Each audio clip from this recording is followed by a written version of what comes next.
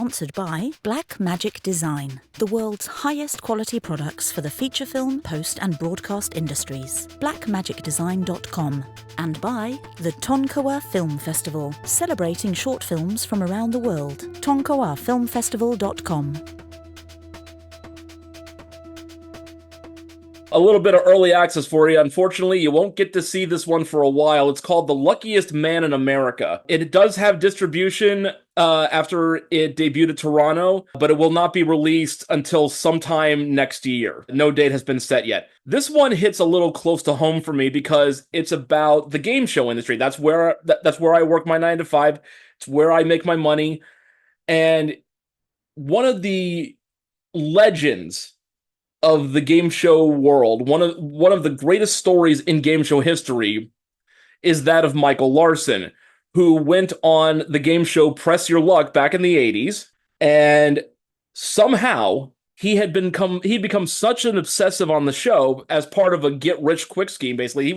He was basically a con man, but he worked his way onto the show, and he had studied tape for so long that he realized that at the time, the patterns of the big board and the lights and the whammies were pre-programmed. They weren't random. Every game board fell into one of 5 set patterns, developed by the producer Bill Carruthers, who's played here in the movie by David Strathairn, who's excellent. So Michael Larson, played in the movie by Paul Walter Hauser in absolutely perfect casting. He goes on the show, he recognizes which pattern the board's in, and he goes off, winning over nearly $200,000 on the show because he beat the game. Michael Larson is not what we would call a good person, but he did something truly fantastic on this show, showing that a game can be beaten if you do your work hard enough. You can outsmart the machine. So I was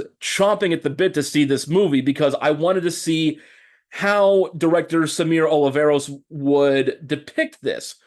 Because it's sensational, but given that it's a game show that is based on luck and trivia, you do kind of have to ground it in reality. And I think Oliveros strikes the right balance.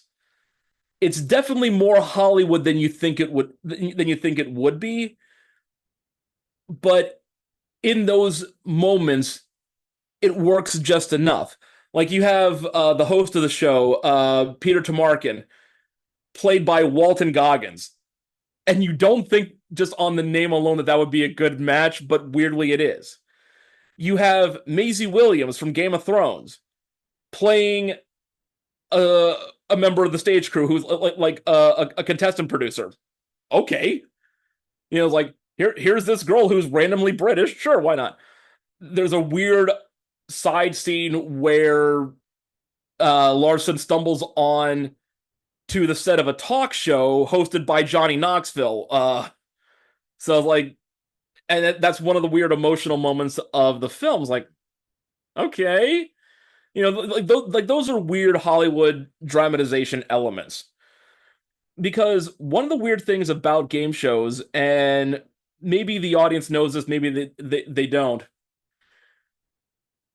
a lot of what's flashy about a game show is the stage presentation. The nuts and bolts of it can be honestly quite boring if you're not keyed into that stuff like I am, because again, that's my job.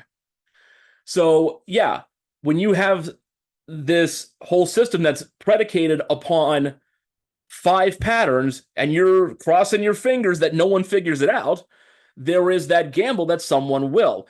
That's not really addressed in the film other than just to kind of be like, really? You only came up with 5 patterns? The reality of it is that was a calculated risk that CBS took, when they greenlit the show. And it just took that long for someone to exploit it.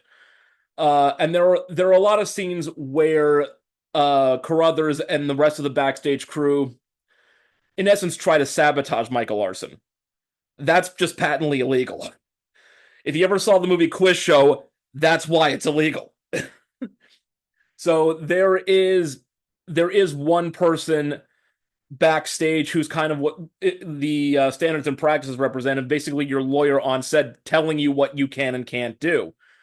On all the shows I've worked on, this person would have intervened a long time before to just say, hey, he's not cheating. He just beat you. You got to let it go. Whereas for the purposes of a movie, you have to create that tension. So, as a piece of entertainment, I love this movie. As someone who does this for a living, I know where it's very much inaccurate, but I can still dismiss it, on the grounds of dramatic license because Paul Walter Hauser and David Strathairn and Walton Goggins are just selling the moment perfectly. Trying to think who else is in it. Shamir Anderson does a really good job too as one of the producers who kind of goes back and forth between wanting to sabotage or help him just to not be the scapegoat when everything goes wrong. There's a lot of fun elements like that. Most of the characters are composites. Names are changed to protect the innocent, that sort of thing. For what it is, it's very entertaining, and it captures that weird suspense of watching an episode of Pressure Luck even today with the Elizabeth Banks version. There's definitely a lot of loopholes to jump through and a lot of stuff that's just created out of whole cloth for the sake of drama, but it gets right the things it needs to get right.